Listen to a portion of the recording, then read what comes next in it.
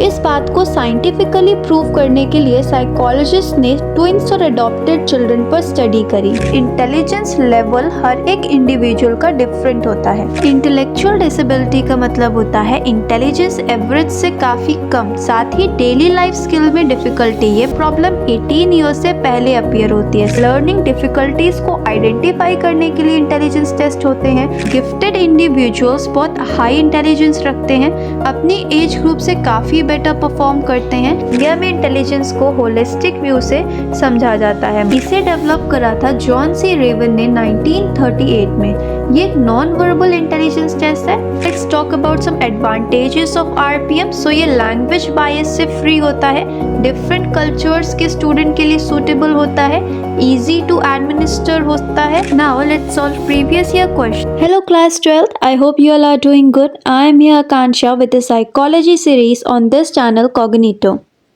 Topics that will be covered in this video are first, that is individual differences in intelligence. इस topic में हम बात करेंगे कि कैसे इंडिविजुअल डिफर करते हैं in terms of intelligence. Second topic जो होगा वो होगा interplay of nature versus nurture. हम जानेंगे कैसे नेचर और नर्चर का इन्फ्लुएंस इंडिविजुअल की इंटेलिजेंस पे आता है।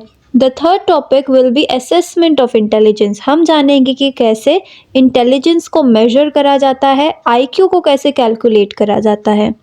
और fourth topic will be variations in intelligence, कि इंटेलिजेंस कैसे वेरी करती है। And the last topic of this video will be types of intelligence test, कि ऐसे कौन से इंटेलिजेंस टेस्ट है जिसकी मदद से हम एसेस कर सकते हैं किसी भी इंडिविजुअल के इंटेलिजेंस को। आज का पहला टॉपिक है इंडिविजुअल डिफरेंसेस इन इंटेलिजेंस। हम इंडिविजुअल डिफरेंस को ऐसे समझ सकते हैं कि जब हम एक क्लासरूम को देखते हैं तो एक इंटरेस्टिंग बात हमें समझ आती है, वो ये है कि स्टूडेंट सेम सिलेबस पढ़ते हैं, सेम टीचर से पढ़ते हैं, फिर भी सबका परफॉर्मेंस सेम नहीं होता है। जैसे किसी को कोई भी कॉन्सेप्ट बहुत जल्दी समझ में आ जाता है, लेकिन वहीं जो दूसरा स्टूडेंट होता है उसे कम से कम 2 से 3 बार प्रैक्टिस करने के बाद ही उसे वो कॉन्सेप्ट समझ में आता है। कोई बिना पढ़े मैथ्स कर लेता है तो कोई स्टोरीज लिखने या ड्राइंग में नेचुरली अच्छा होता है। साइकोलॉजी में हम इसी डिफरेंसेस को कहते हैं individual differences in intelligence. Individual differences का मतलब है कि हर इंडिविजुअल की इंटेलिजेंस का जो लेवल है और जो नेचर है वो अलग होता है। सब लोग इंटेलिजेंट होते हैं, लेकिन सबकी इंटेलिजेंस सेम तरीके से एक्सप्रेस नहीं होती है। अब ये क्वेश्चन आता है कि ये डिफरेंसेस आते कहाँ से हैं। इसका जवाब है नेचर और नर्चर का इंटरप्ले। मतलब नेचर यानी हेरिडिटी, जो हमें पेरेंट्स से मिलती है। जैसे अगर पेरेंट्स एकेडमिक्स में स्ट्रांग है तो चाइल्ड के पास भी लर्निंग का नेचुरल पोटेंशियल हो सकता है। और नर्चर यानी इन्वायरमेंट, जैसे सपोर्टिव फैमिली, अच्छा स्कूल, प्रॉपर न्यूट्रिशन, प्रैक्टिस और गाइडेंस इस पोटेंशियल को डेवलप करता है। इसलिए हम कह सकते हैं कि इंटेलिजेंस सिर्फ जीन्स का रिजल्ट नहीं होता है और ना ही सिर्फ इन्वायरमेंट का। ये नेचर और नर्चर दोनों के कॉन्टिन्यूस इंट्रैक्शन का आउटकम होता है। यही रीज़न है जिसकी वजह से हम स्टूडेंट्स में डिफरेंस देख पाते हैं इन टर्म्स ऑफ इंटेलिजेंस। अभी हमने देखा कि इंटेलिजेंस 2 फैक्टर्स से मिलकर बनती है। इस बात को साइंटिफिकली प्रूव करने के लिए साइकोलॉजिस्ट ने ट्विन्स और अडॉप्टेड चिल्ड्रन पर स्टडी करी। जैसे अगर ट्विन्स हैं जिनका जीन्स सेम है लेकिन उनका इन्वायरमेंट चेंज कर दिया जाए तो उनकी इंटेलिजेंस पर क्या इफेक्ट पड़ेगा, इसी क्वेश्चन का आंसर हमें इन स्टडीज से मिलता है। The first one was identical twins Rudyard together. Identical twins का मतलब होता है सेम जीन्स, और जब ये twins same house, same school और सेम पेरेंटिंग में बड़े होते हैं तो उनकी इंटेलिजेंस ऑलमोस्ट सेम होती है। फॉर एग्जाम्पल, अगर दोनों ट्विन्स को सेम टाइम पर पढ़ाया जाए तो दोनों का एकेडमिक परफॉर्मेंस भी काफ़ी सिमिलर होता है। इस केस में इंटेलिजेंस कोरिलेशन होता है 0.90, जो क्लियरली बताता है कि हेरिडिटी का इन्फ्लुएंस इंटेलिजेंस पर बहुत स्ट्रॉन्ग होता है। Now the second one is identical twins Rudyard apart. अब सोचिए, सेम जीन्स होने के बाद भी अगर ट्विन्स अलग अलग फैमिलीज में बड़े हो जाएं, एक अर्बन इंग्लिश मीडियम स्कूल में और दूसरा लिमिटेड रिसोर्सेज के साथ, फिर भी उनकी इंटेलिजेंस कोरिलेशन 0.72 होती है। इसका मतलब ये है कि इन्वायरमेंट चेंज होने के बाद भी जीन्स का इफेक्ट काफ़ी स्ट्रॉन्ग रहता है। Now comes fraternal twins rear together. Fraternal twins के जीन्स सेम नहीं होते लेकिन इन्वायरमेंट सेम होता है। Same parents, same school, same facilities. जैसे रियल लाइफ सिबलिंग्स, एक सिबलिंग टॉपर होता है और दूसरा एवरेज। यहाँ इंटेलिजेंस कोरिलेशन होता है 0.60, जो क्लियरली दिखाता है कि जीन्स और इन्वायरमेंट दोनों मिलकर इंटेलिजेंस को इन्फ्लुएंस करते हैं। Now comes siblings together versus apart. जो सिबलिंग साथ में बड़े होते हैं, same house, same values, same learning exposure, उनकी इंटेलिजेंस कोरिलेशन होती है 0.50। लेकिन अगर सिबलिंग्स अलग अलग इन्वायरमेंट में पले, जैसे एक बोर्डिंग स्कूल में और दूसरा नॉर्मल होम सेटिंग में, तो कोरिलेशन सिर्फ 0.25 होता है। मतलब जैसे जैसे जेनेटिक सिमिलैरिटी कम होती जाती है, वैसे वैसे इंटेलिजेंस सिमिलैरिटी भी कम हो जाती है। Now comes adoption studies. Adoption studies सबसे ज़्यादा रिलेटेबल है। फॉर एग्जाम्पल, एक चाइल्ड जिसका बायोलॉजिकल बैकग्राउंड एवरेज है लेकिन उसे अच्छी फैमिली, अच्छा स्कूल और अच्छी फैसिलिटीज़ मिल जाती हैं। ऐसे केसेस में देखा गया है कि चाइल्ड की इंटेलिजेंस ज़्यादा सिमिलर होती है बायोलॉजिकल पेरेंट्स से, लेकिन अच्छा इन्वायरमेंट उसकी परफॉर्मेंस को काफ़ी इम्प्रूव कर देता है। ये प्रूव करता है कि हेरिडिटी बेस देती है और इन्वायरमेंट ग्रोथ देता है।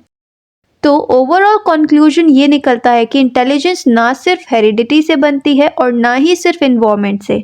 जीन्स हमें पोटेंशियल देता है और इन्वायरमेंट उस पोटेंशियल को परफॉर्म करने का मौका देता है। आई होप ये जो topic interplay of nature and nurture है वो अच्छे से समझ में आया होगा। Now let's attempt some questions related to it. So first question है असर्शन और रीजन को लेकर के। हमें असर्शन और रीजन वाले क्वेश्चन कुछ इस तरीके से अटेम्प्ट करने हैं कि पहले हमें असर्शन पढ़ना है कि वो ट्रू है कि फॉल्स है, फिर हम रीज़न पढ़ेंगे एंड फिर हम डिसाइड करेंगे कि क्या रीज़न सही एक्सप्लेनेशन है असर्शन का कि नहीं। ये जब हम क्वेश्चन पढ़ते हैं तो असर्शन कहता है कि children from disadvantaged homes when adopted into families with higher socio-economic status show a large increase in intelligence scores। मतलब जब डिसएडवांटेज्ड बैकग्राउंड के बच्चे बेटर सोशो इकोनॉमिक इन्वायरमेंट में अडॉप्ट होते हैं तो उनकी इंटेलिजेंस स्कोर्स इम्प्रूव होती है। ऑब्वियसली ये असर्शन ट्रू है। अभी हमने अडॉप्शन स्टडी में पढ़ा कि कैसे इन्वायरमेंट एक बच्चे की इंटेलिजेंस को अफेक्ट करता है। Now, the reason that is given is environmental deprivation lowers intelligence while rich nutrition, good family background and quality schooling increases intelligence। अभी हमने थोड़ी देर पहले adoption study में पढ़ा कि कैसे poor environment intelligence को suppress करता है, जबकि अच्छी nutrition, supportive family और quality education intelligence को enhance करता है।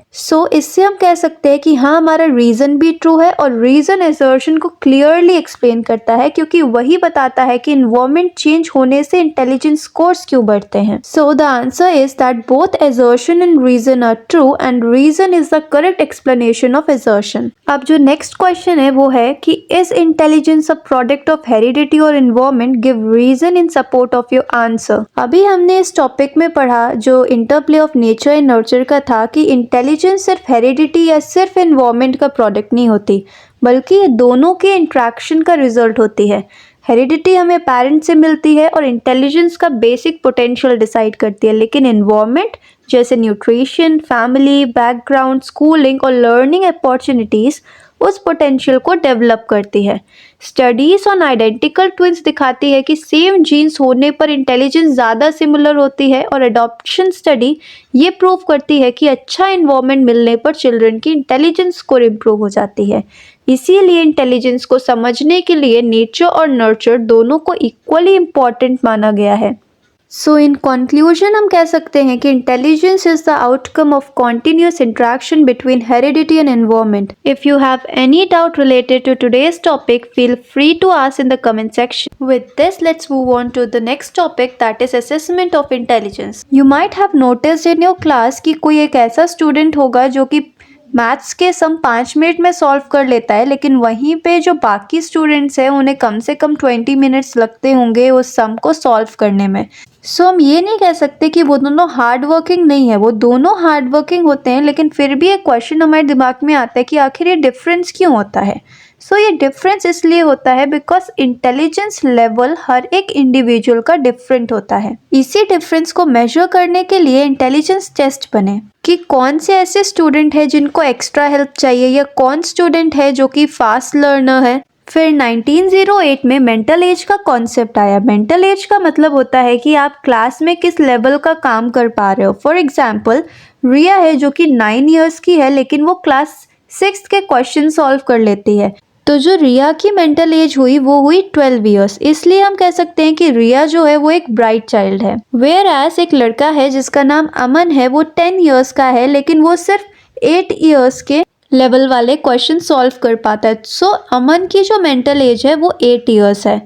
सो जब मेंटल एज हमारी एक्चुअल एज से कम होती है तो हम कहते हैं वो जो चाइल्ड है वो एक डल चाइल्ड है। अगर मेंटल एज और हमारी जो क्रोनोलॉजिकल एज है वो 2 साल कम हो तो उसे हम कहते हैं रिटार्डेशन। क्रोनोलॉजिकल एज का मतलब होता है एक्चुअल एज जो बर्थ सर्टिफिकेट पे लिखी होती है। क्रोनोलॉजिकल एज कंट्रोल में नहीं होती लेकिन हम मेंटल एज को इम्प्रूव कर सकते हैं। 1912 में विलियम स्टर ने IQ का फॉर्मूला दिया जो था IQ equals to MA/CA multiplied by 100। For example एक स्टूडेंट है जिसकी एज 14 ईयर्स है लेकिन उसकी जो मेंटल एज है वो 16 ईयर्स की है। सो जब हम IQ कैलकुलेट करेंगे इस फॉर्मूला के थ्रू तो उसका IQ 114 आएगा। सो इससे हम कह सकते हैं कि स्टूडेंट अबव एवरेज इंटेलिजेंस का है। वेयर एज एक दूसरा स्टूडेंट है जिसकी एज 12 ईयर्स की है लेकिन उसकी मेंटल एज 9 ईयर्स की है। सो इस स्टूडेंट का जब हम IQ कैलकुलेट करेंगे तो वो आएगा 75। तो ऐसे स्टूडेंट को extra practice, special teaching methods, emotional support चाहिए होता है, ना कि पनिशमेंट।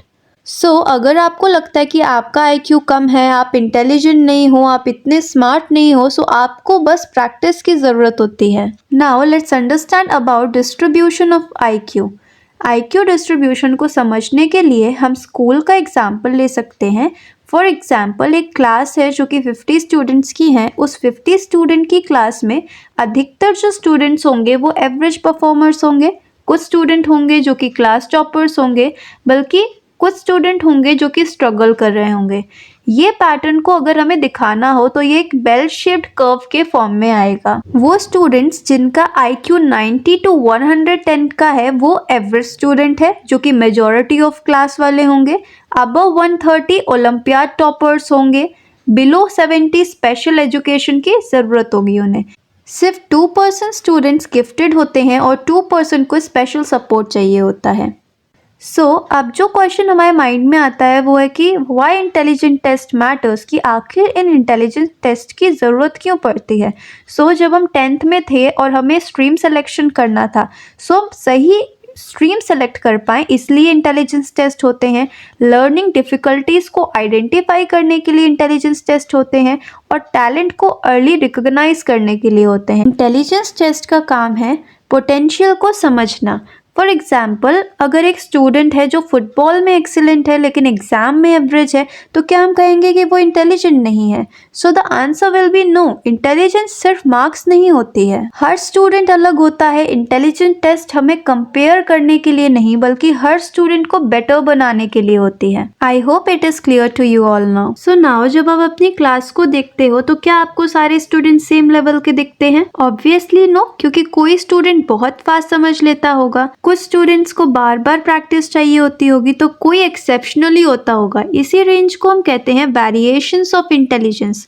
इंटेलिजेंस इंटेलेक्चुअल डिसेबिलिटी से लेकर के गिफ्टेडनेस तक वैरी करती है। इंटेलेक्चुअल डिसेबिलिटी का मतलब होता है इंटेलिजेंस एवरेज से काफ़ी कम, साथ ही डेली लाइफ स्किल में डिफ़िकल्टी। ये प्रॉब्लम 18 ईयर्स से पहले अपीयर होती है। सिर्फ लो मार्क्स का मतलब डिसेबिलिटी नहीं होता है। इसमें इंक्लूड होता है IQ बिलो 17, अडेप्टिव बिहेवियर में डिफिकल्टी। फॉर एग्जाम्पल खुद से कपड़े पहनना, सिंपल इंस्ट्रक्शन फॉलो करना या दोस्तों से इंटरेक्ट करना, इन सब में जब स्ट्रगल आने लगे और IQ भी जब लो हो, इसी को हम कहते हैं इंटेलेक्चुअल डिसेबिलिटी। बात करते हैं अपोजिट एंड की, गिफ्टेडनेस। तो गिफ्टेड इंडिविजुअल्स बहुत हाई इंटेलिजेंस रखते हैं, अपनी एज ग्रुप से काफ़ी बेटर परफॉर्म करते हैं। तो ये मत समझना कि ये सिर्फ टॉपर्स तक लिमिटेड होते हैं। लुइस टर्मैन ने 1925 में IQ 130 या उससे ज़्यादा वाले बच्चों का स्टडी किया। उन्होंने पाया कि गिफ्टेड चिल्ड्रन जो होते हैं वो एकेडमिकली स्ट्रांग होते हैं, इमोशनली भी वेल एडजस्टेड होते हैं। गिफ्टेडनेस और टैलेंट सेम नहीं होता। गिफ्टेडनेस का मतलब होता है जनरल इंटेलिजेंस जब हाई होती है, मैथ्स, लैंग्वेज, रीजनिंग सब में जब स्टूडेंट अच्छा होता है तब हम कहते हैं कि हाँ गिफ्टेडनेस है उसके अंदर। और जब हम टैलेंट की बात करते हैं तो एक स्पेसिफिक फील्ड में आउटस्टैंडिंग एबिलिटी रखना टैलेंट है। फॉर एग्जाम्पल जो विराट कोहली है उसका क्रिकेट खेलना एक टैलेंट है, वेयर एज जो स्टूडेंट है जब वो सारे सब्जेक्ट्स में एक्सीलेंट हो वो गिफ्टेड है। तो जब हम गिफ्टेड चिल्ड्रन की कैरेक्टरिस्टिक्स की बात करते हैं तो गिफ्टेड चिल्ड्रन में जो क्वालिटीज होती हैं वो है एडवांस थिंकिंग, मतलब कि वो कॉम्प्लेक्स प्रॉब्लम जल्दी सॉल्व कर लेते हैं। फास्ट प्रोसेसिंग, मतलब टीचर के बोलते ही समझ जाते हैं। थर्ड इज क्रिएटिविटी, मतलब यूनिक आंसर देते हैं। हाई मोटिवेशन, खुद से पढ़ना। अर्ली लैंग्वेज डेवलपमेंट, छोटी एज में फ्लुएंट बोलना। या फिर लॉन्ग अटेंशन स्पैन, एक टॉपिक पे ज़्यादा टाइम फोकस। या फिर इंडिपेंडेंट थिंकिंग, मतलब ब्लाइंडली फॉलो नहीं करते हैं। ऐसा देखा गया है कि कई गिफ्टेड स्टूडेंट्स जो होते हैं वो अकेले पढ़ना प्रेफर करते हैं। गिफ्टेडनेस सिर्फ एकेडमिक्स तक लिमिटेड नहीं है। For example Olympic athlete, music और डांस जीनियस, ये सब भी गिफ्टेड हो सकते हैं। गिफ्टेड चिल्ड्रन को भी स्पेशल सपोर्ट चाहिए होता है, जैसे कि advance syllabus, enrichment activities, problem solving और डिसीजन मेकिंग ट्रेनिंग, कम्युनिकेशन और लीडरशिप स्किल। नॉर्मल क्लासरूम उनके लिए कभी कभी बोरिंग हो सकता है। So the key message on variation is कि इंटेलिजेंस एक स्ट्रेट लाइन नहीं है, ये एक कॉन्टिनम है फ्रॉम डिसेबिलिटी टू गिफ्टेडनेस। दोनों एक्सट्रीम्स को केयर, अंडरस्टैंडिंग, राइट एजुकेशन की जरूरत होती है। I hope till now everything is clear to you all. Now let's move on to our next topic, that is types of intelligence test. Intelligence test को 3 basis पे classify किया जाता है: administration, nature of item और culture. Based on administration एक person को एक time पे टेस्ट किया जाता है। एग्जामिनर और स्टूडेंट के बीच इंटरेक्शन होता है, फीलिंग्स, एक्सप्रेशंस ऑब्जर्व की जाती है। फॉर एग्जांपल जो बाइनेट इंटेलिजेंस टेस्ट है, रिस्पॉन्सेस ओरल, रिटन हो सकते हैं, ऑब्जेक्ट्स मैनिपुलेट करके। ग्रुप इंटेलिजेंस टेस्ट एक साथ कई लोगों का टेस्ट होता है, मोस्टली रिटन होता है, एमसीक्यू बेस्ड होता है, टाइम सेविंग होता है, लेकिन यहाँ पे पर्सनल इंट्रैक्शन नहीं होता। फॉर एग्जाम्पल जो कॉम्पिटिटिव एग्जाम्स होते हैं या स्कूल स्क्रीनिंग टेस्ट होते हैं। Based on nature of items verbal intelligence test होते हैं, जो कि लैंग्वेज बेस्ड क्वेश्चन होते हैं। ओरल या रिटन आंसर्स हम दे सकते हैं सिर्फ लिटरेट लोगों के लिए। लैंग्वेज एंड कल्चर बायस हो सकते हैं ये test. Non verbal intelligence test जो होते हैं उसमें पिक्चर्स, सिंबल्स, पैटर्न्स यूज होते हैं। लैंग्वेज की ज़रूरत नहीं पड़ती, डिफरेंट कल्चर्स के लिए सुटेबल होते हैं। फॉर एग्जाम्पल जो रेवंस प्रोग्रेसिव मैट्रिक्स है, जिसे हम RPM कहते हैं, जिसमें स्टूडेंट को पैटर्न कंप्लीट करना होता है। अब जब हम परफॉर्मेंस इंटेलिजेंस टेस्ट की बात करते हैं तो ये ऑब्जेक्ट्स को मैनिपुलेट करना होता है। इस टेस्ट में लिखना पढ़ना नहीं होता है, हैंड्स ऑन थिंकिंग टेस्ट होती है। For example Kohs block design test, इसका एडवांटेज कल्चर फेयर होता है, लेस लैंग्वेज बायस होता है। सो इससे हमें ये पता चलता है कि हर स्टूडेंट अलग होता है, कोई वर्ड से इंटेलिजेंट होता है, कोई पैटर्न से, तो कोई एक्शन से। इंटेलिजेंस टेस्ट का काम है पोटेंशियल को पहचानना, ना कि जज करना। Now let's solve previous year question जो है distinguish between non verbal and performance test of intelligence. So पहला पॉइंट जो आएगा वो है meaning. Non verbal intelligence test की जब हम मीनिंग की बात करते हैं तो ये टेस्ट पिक्चर्स, सिंबल्स और पैटर्न के थ्रू इंटेलिजेंस मेजर करता है।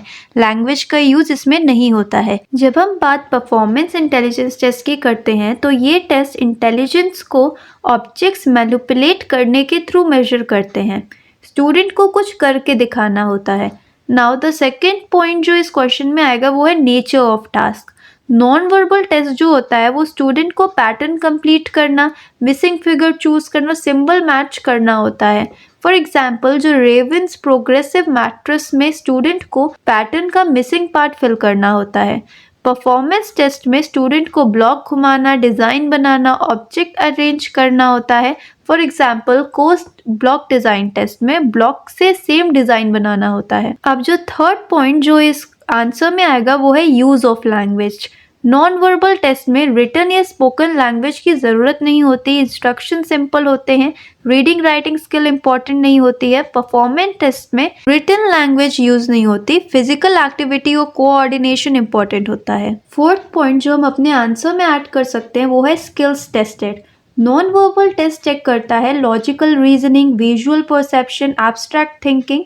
फॉर एग्जाम्पल, जो स्टूडेंट पजल्स और पैटर्न्स में अच्छा होता है वो नॉन वर्बल टेस्ट में अच्छा परफॉर्म करता है। जब हम बात परफॉर्मेंस टेस्ट को करते हैं तो परफॉर्मेंस टेस्ट चेक करती है hand eye coordination, practical problem solving, speed and accuracy. For example, जो स्टूडेंट लेगो, ब्लॉक्स या मॉडल मेकिंग में अच्छा होता है वो परफॉर्मेंस टेस्ट में बेटर करता है। Now the fifth point that we can add is mode of responses. तो जो नॉन वर्बल टेस्ट के जो रिस्पॉन्सेस होते हैं वो यूजुअली पॉइंट करना, ऑप्शन चूज करना, पैटर्न कंप्लीट करना होता है, बल्कि जो परफॉर्मेंस टेस्ट होते हैं वो उनके जो रिस्पॉन्सेस होते हैं वो ऑब्जेक्ट को मूव करना, डिज़ाइन बनाना, टास्क फिजिकली कंप्लीट करना होता है। सिक्स्थ पॉइंट हम ऐड कर सकते हैं वो है कल्चरल बायस। जो नॉन वर्बल टेस्ट होता है वो लेस लैंग्वेज बायस होता है, डिफरेंट कल्चर्स के स्टूडेंट के लिए सूटेबल हो सकता है, बल्कि जो परफॉर्मेंस टेस्ट है वो कल्चर फेयर होता है, लैंग्वेज और एजुकेशनल बैकग्राउंड का इम्पैक्ट कम होता है। And the last point that we can add is examples, जो कि बहुत इंपॉर्टेंट है। फॉर एग्जाम्पल, हम नॉन वर्बल टेस्ट में RPM मतलब रेवंस प्रोग्रेसिव मैट्रिक्स लिख सकते हैं, जो कि पिक्चर एंड पैटर्न टेस्ट है, और परफॉर्मेंस टेस्ट में हम कोर्स ब्लॉक डिज़ाइन टेस्ट लिख सकते हैं, जो कि ऑब्जेक्ट बेस्ड टास्क है। जितने भी क्वेश्चन आज हम डिस्कस कर रहे हैं उनके मॉडल आंसर आपको टेलीग्राम चैनल में मिल जाएंगे, जिसका लिंक डिस्क्रिप्शन बॉक्स में दिया हुआ है। अभी तक हमने टाइप्स ऑफ इंटेलिजेंस टेस्ट के बारे में पढ़ा था, जिसमें से एक जो टेस्ट जो बार बार एग्जाम्पल में आ रहा था वो था Raven's progressive matrices. So now let's understand what this RPM test is all about.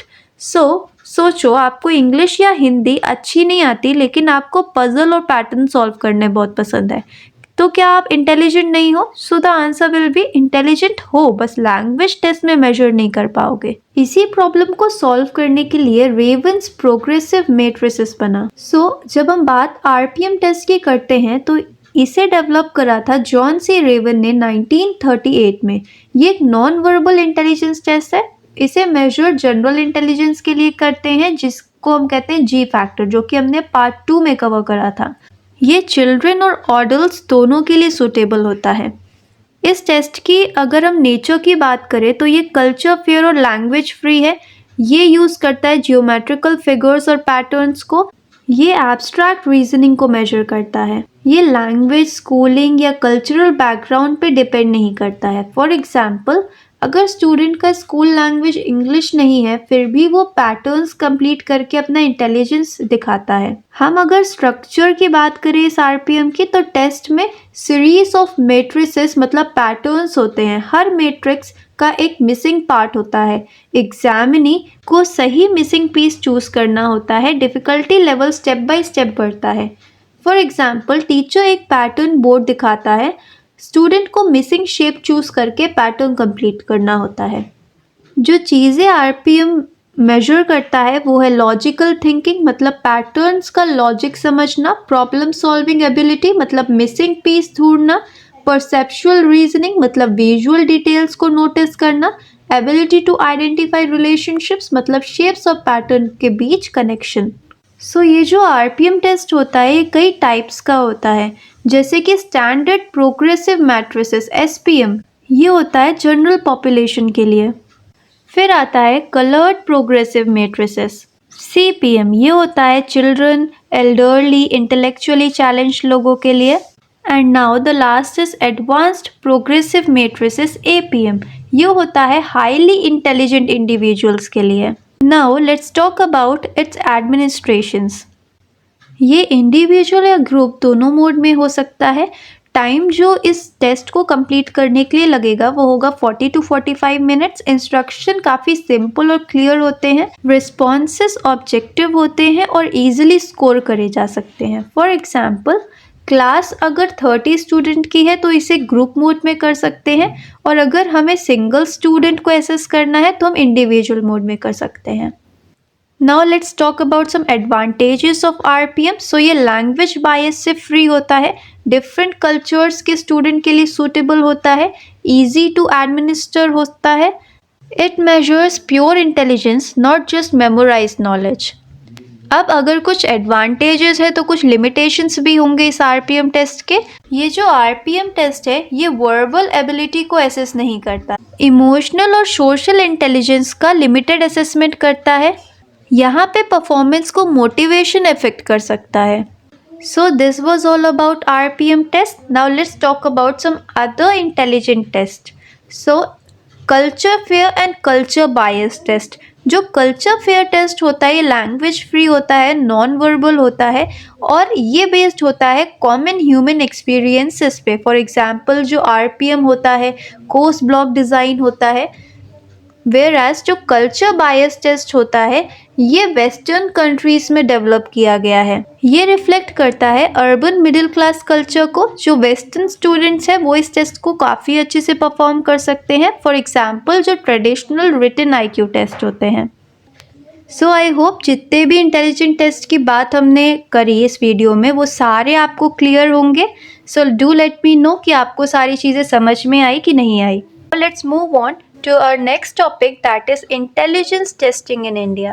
So India में इंटेलिजेंस टेस्टिंग 1930s से शुरू हुई। SM मोहसिन ने पहले हिंदी टेस्ट बनाया, फिर CH राइस ने उर्दू और पंजाबी। इंटरनेशनल टेस्ट जैसे RPM हो गए, वेक्सलर्स ऑर्डर्ड इंटेलिजेंस टेस्ट हो गया, कोर्स ब्लॉक डिज़ाइन के लिए भी इंडियन नॉर्म्स डेवलप किए गए ताकि स्टूडेंट का स्कोर उनकी लैंग्वेज और कल्चर के हिसाब से फेयर हो।